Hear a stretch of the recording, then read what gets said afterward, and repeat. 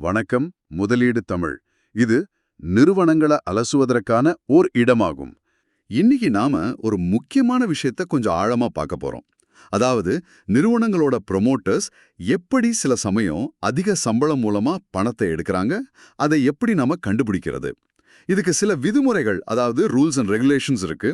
அப்புறம் ஒரு நிஜ உலக உதாரணமா சன் டிவி நெட்வொர்க் எடுத்துக்கலாம். வாங்க இதுல என்ன கவனிக்கிறோம்னு பார்க்கலாம். இப்ப பாத்தீங்கன்னா நிறுவனங்கள்ல தீவிரமா வேலை செய்யற ப்ரமோட்டர்ஸ் சம்பளம், கமிஷன், டிவிடெண்ட்னு பல வழியில வருமானம் ஈட்டலாம். அதுல தப்பில்ல. ஆனா சிக்கல் எங்க வரும்னா, அவங்களே அவங்க சம்பளத்தை முடிவு செய்யும் போது ஒரு கான்ஃப்ளிக்ட் ஆஃப் இன்ட்ரெஸ்ட் வர வாய்ப்பு இருக்கு. கான்ஃப்ளிக்ட் ஆஃப் இன்ட்ரெஸ்ட், அதாவது நிறுவன நலனை விட தன் நலன் முக்கியம்னு ஆயிடலாம் இல்லையா? அதேதான். இத சரி செய்யத்தான் கம்பெனிஸ் ஆக்ட் 2013ல செக்ஷன் 197 இருக்கு. ஓ, செக்ஷன் 197. அது என்ன சொல்லுது?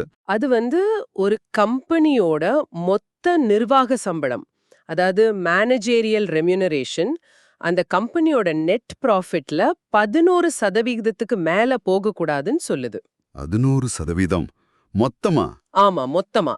இதுல இன்னும் கொஞ்சம் டீப்பா போனா, ஒரு மேனேஜிங் டைரக்டர் அல்லது ஹோல் டைம் டைரக்டர் மட்டும் இருந்தா அவரோட சம்பளம் 5% மிகாம இருக்கணும்.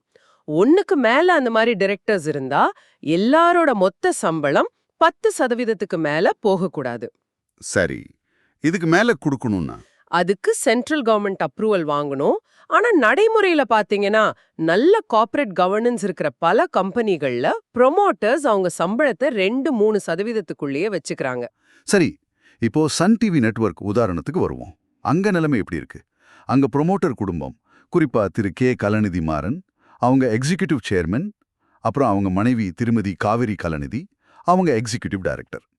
இவங்க இந்தியாவிலேயே அதிக சம்பளம் வாங்குற லிஸ்ட்ல இருக்காங்கன்னு சொல்றாங்க. ஃபிஸ்கல் இயர் 2021ல மட்டும் 2 பேரும் தலா 87.5 கோடி ரூபாய். இது ரொம்ப பெரிய தொகை இல்ல? நிச்சயமா ரொம்பவே அதிகம். இது மற்ற பெரிய கம்பெனிகளோட, மற்ற மீடியா கம்பெனிகளோட ஒப்பிடும்போது கூட பல மடங்கு அதிகம். இதுல கவனிக்க வேண்டிய விஷயம் என்னன்னா, அவங்க சம்பளம் சில வருஷங்கள்ல, உதாரணமா FY 2016-17ல நிறுவனத்தோட நெட் ப்ராஃபிட்ல 15.91% வரைக்கும் போயிருக்கு. என்னது 15.91%? அப்போ அது சட்டவரமான 11% விட அதிகமாச்சு. அது எப்படி சாத்தியம்? ஆமா, அது 11% பொது வரம்பையும் 5% தனிநபர் வரம்பையும் விட அதிகம்தான். இதுக்கு ஷேர் ஹோல்டர் மீட்டிங்ஸ்ல ஸ்பெஷல் ரெசல்யூஷன் பாஸ் பண்ணி அனுமதி வாங்கியிருக்கலாம். ஆனாலும் இது முதலீட்டாளர்கள் மத்தியில ஒரு பெரிய கேள்விக்குறியாவே இருந்திருக்கு. சரி, இப்போ சமீபத்திய நிலவரம் என்ன? மார்ச் 20லிருந்து மார்ச் 24 வரைக்குமான டேட்டா என்ன சொல்லுது? இப்ப பாத்தீங்கன்னா அவங்க 2 பேரோட மொத்த சம்பளம் வருஷத்துக்கு சுமார் 176 கோடி ரூபாயா கிட்டத்தட்ட நிலையா இருக்கு. அதே சமயம் நெட் ப்ராஃபிட் மார்ச் 20ல 1385 கோடி ரூபாயிலிருந்து மார்ச் 24ல 1925 கோடி ரூபாயா உயர்ந்திருக்கு. மார்ச் 25 ப்ரொஜெக்ஷன் கொஞ்சம் கம்மியா இருக்கு, 1702 கோடி. அப்போ லாபம் கூடியிருக்கு. அப்போ அந்த remuneration percent in net profit குறைஞ்சிருக்குமா? ஆமா, அது ஒரு இன்ட்ரெஸ்டிங்கான பாயிண்ட். மார்ச் 20ல 13% கிட்ட இருந்த அந்த சதவீதம் மார்ச் 24ல 9%ஆ குறைஞ்சிருக்கு. ஏன்னா லாபம் அதிகரிச்சிருக்கு. ஆனா அந்த 9% கூட நீங்க சொன்ன 5% தனிநபர் வரம்பை விட அதிகம் தானே? பொதுவா ஃபாலோ பண்ற 2-3% விட ரொம்ப அதிகம். கரெக்ட். அதுதான் இங்க கவனிக்க வேண்டிய விஷயம். சட்டத்தின்படி ரெசல்யூஷன் பாஸ் பண்ணியிருந்தாலும் அந்த அளவு நியாயமானதாங்கிற கேள்வி இருக்கு. இதுல இன்னொரு முக்கியமான விஷயம் உங்களோட ஷேர் ஹோல்டிங் பெர்சன்டேஜ் இல்லையா? ப்ரொமோட்டர் குடும்பத்துக்கிட்ட கிட்டத்தட்ட 75% பங்குகள் இருக்குன்னு சொல்றாங்க. சரியா சொன்னீங்க, 75%. இது ரொம்ப முக்கியம். இதனால என்ன ஆகுதுன்னா, அவங்களுக்கு டிவிடெண்ட் இன்கம் கூட ரொம்ப அதிகமா வரும் இல்ல? எக்ஸாக்ட்லி.